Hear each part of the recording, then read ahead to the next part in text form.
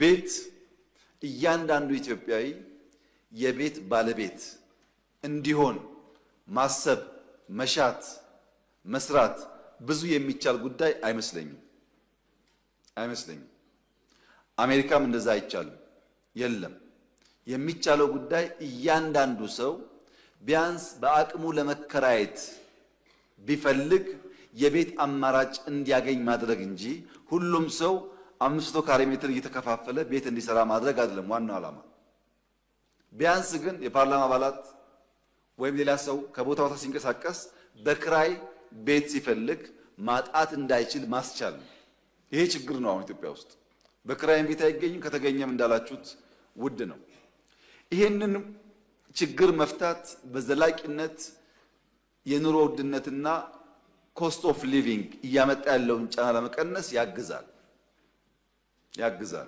እኛ ዘንድሮ 1.5 ሚሊዮን ዩኒትስ በሚቀጥሉ 6 ዓመታት እንገነባለን ብለን ስናቅድ ስራው አሁን አልተጀመረም።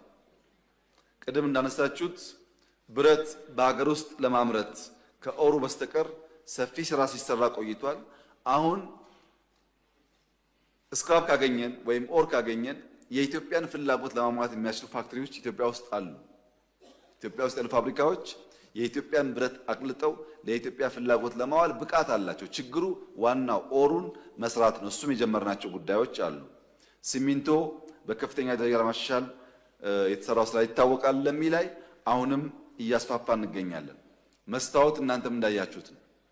በዚህ ዓመት ይመረቃል። የኢትዮጵያን ፍላጎት ከሞላ ጎደል የሚሸፍን የመስታወት ፋብሪካ ከኦር ጀምሮ ከአፈሩ ጀምሮ የሚሰራ በግል ባለሀብት እየተሰራ ይገኛል። እሱም ለዚህ ለቤት ግንባታ ትልቅ ግብአት ይሆናል። ግራናይት፣ ማርብል ላይ፣ የእንጨት ስራ ላይ፣ ይሄ ሶፋ ምናምን ስራዎች ላይ፣ በር ላይ ሰፋፊ ስራዎች እና ዝግጅት ሲደረግ ቆይቷል።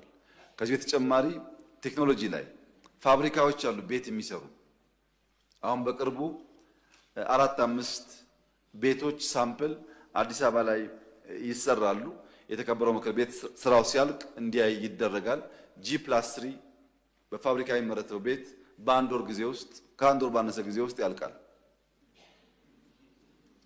ፋብሪካ ይመረታል፣ ይገጣጠማል ማለት ነው። እና ፋብሪካዎች እያስገባን እንገኛለን። እንደዚህ አይነት ሰፋፊ ዝግጅት ስናደርግ ቆይተናል። አዋጅ ወይም ዊሽ አይደለም ያስቀመጥነው። ስንዘጋጅ ቆይተን ያለው ዝግጅት ስራ ለመጀመር የሚያስችል ነው ብለን ስናስብ ነው ለህዝባችን ያበሰር ነው። ይሄ 1.5 ሚሊዮን ዩኒት እያንዳንዱ ዩኒት በጣም በረከሰ መንገድ 2 ሚሊዮን ብር ፈጀ ብለን ብናስብ በድምሩ ከ3 ትሪሊየን ብር በላይ ሀብት ይፈስበታል። 3 ትሪሊየን ማለት አሁን ኢትዮጵያ ባላት ጂዲፒ 20% ማለት ነው። በጣም ትልቅ ስራ ነው።